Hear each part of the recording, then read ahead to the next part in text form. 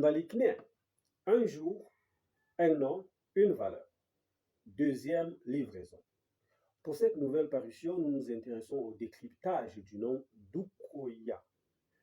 Le nom d'Ukoya est un nom Mafa attribué aussi bien aux garçons qu'aux filles. Dans sa forme authentique Mafa, il s'écrit et se prononce Ukoye. La lettre initiale E, propre au système phonétique Mafa, a été remplacée par la lettre D, d'où la prononciation courante d'Ukoya ou d'Ukoye, différente du Ukoye prononcé par les locuteurs natifs.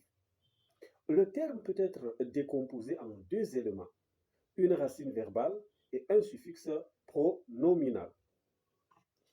La racine duk ou duk provient du verbe unkwe, l'infinitif d'un verbe transitif direct et signifiant brimer, faire souffrir, tourmenter ou martyriser quelqu'un, etc. De ce nom, le verbe est employé sous une forme impérative associée au pronom ye ou ya, second élément du nom. Le suffixe ye ou ya est une variante, naturellement. Employé seul, il signifie moi. Mais lorsqu'il est suffixé à un verbe, il devient un pronom personnel atone, équivalent à me ou m apostrophe. De nombreux verbes mafa fonctionnent selon ce modèle. A vaillait, par exemple, se dit il me donne. Vaillait, donne-moi. Nga dana, nous lui apportons. Dana, apporte-lui. Ici, la construction ouk plus a plus ya ou ye avec la lettre a comme voyelle de liaison indique clairement un complément d'objet indirect, donc CO2, COI autant pour moi en mafa. Ainsi, Ukoye signifie littéralement me faire souffrir, me tourmenter, me traumatiser.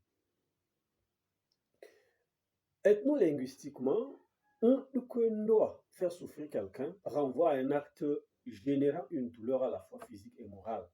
Quand une personne dit Alukoye, elle exprime l'état de souffrance que quelqu'un lui inflige. Ici, l'auteur de la souffrance est sous-entendu, il.